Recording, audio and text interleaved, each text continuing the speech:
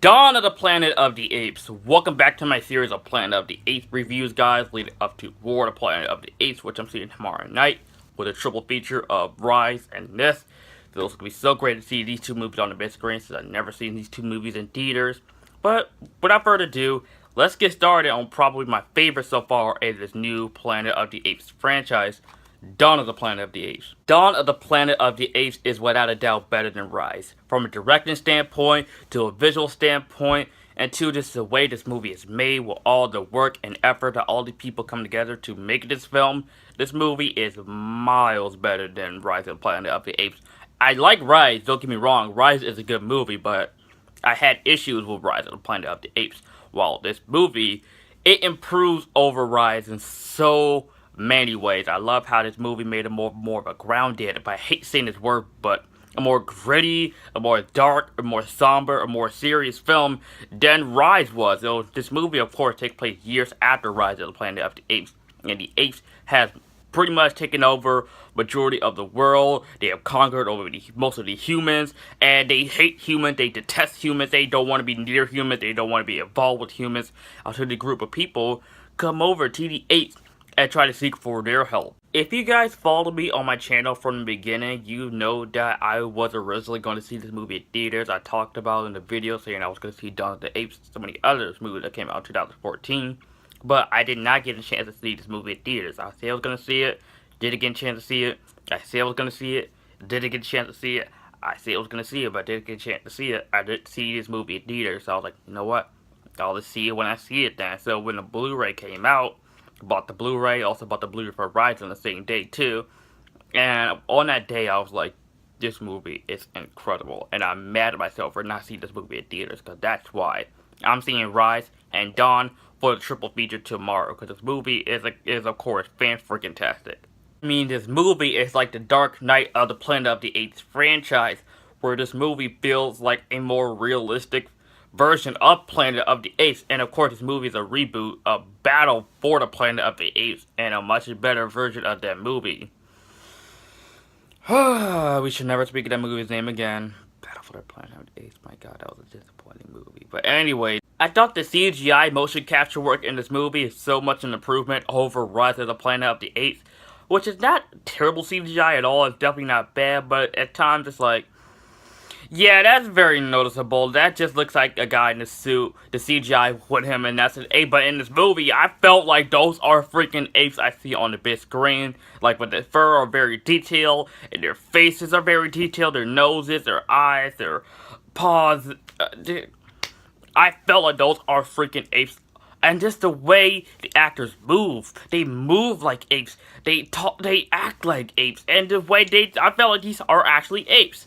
I think I give great props to that. All y'all know Andy Serkis is my boy, right? Caesar in this movie, he gives no F's in this movie. He was taking no S from anybody. After the events of the first movie, Rise of the Planet of the Apes, he was all like, no, I ain't dealing with humans. None of that bull crap. Apes stay strong together. We apes, we band together, all the other stuff. He was like anti-human, but he didn't want to kill humans at the same time, but he was all with his people. Like, I don't want to get to all the racial things, but you guys know what I'm trying to say. But Caesar was the shiznit. All I gotta say, he was the shiznit. And the Academy Awards, you better be listening, because if you don't nominate Andy Serkis for an Oscar one day, I'm gonna start a riot. Like, nominate this.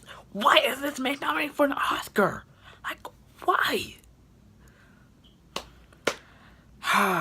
The Oscars are so biased. I also thought that the human parts of this movie was one of the best parts. I mean, you got Jason Clarke's character and Kara Russell's character. They're one of the Simon Flu survivors in this movie. You care for these characters, and their son too, and I thought that they did a great job of it having you care about the humans.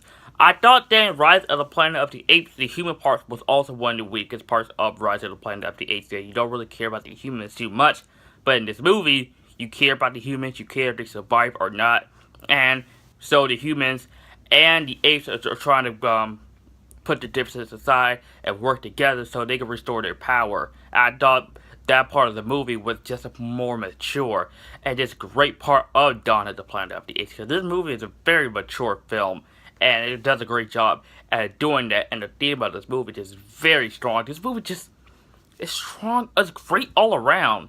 I mean, wow. At the same time, even though the apes and the humans are working together for them to restore their power, the apes are in the middle of having a war with the humans to gain this planet and dominate over the humans, and this is all led by Koba. Let me just talk about Koba. Koba is definitely one of the most interesting movie villains I've ever seen, which he's not really a bad villain. He's bad, don't get me wrong, but he's more of a sympathetic villain because he's being hurt by humans, betrayed by humans, abused by humans in his past. So in this movie, when he takes down all the humans, he kills humans in this movie. He grabs the BB gun for both of the two guys and shoots both of them without no remorse at all. And that's what I really love about this character. That's what makes him one of the most interesting characters in this franchise.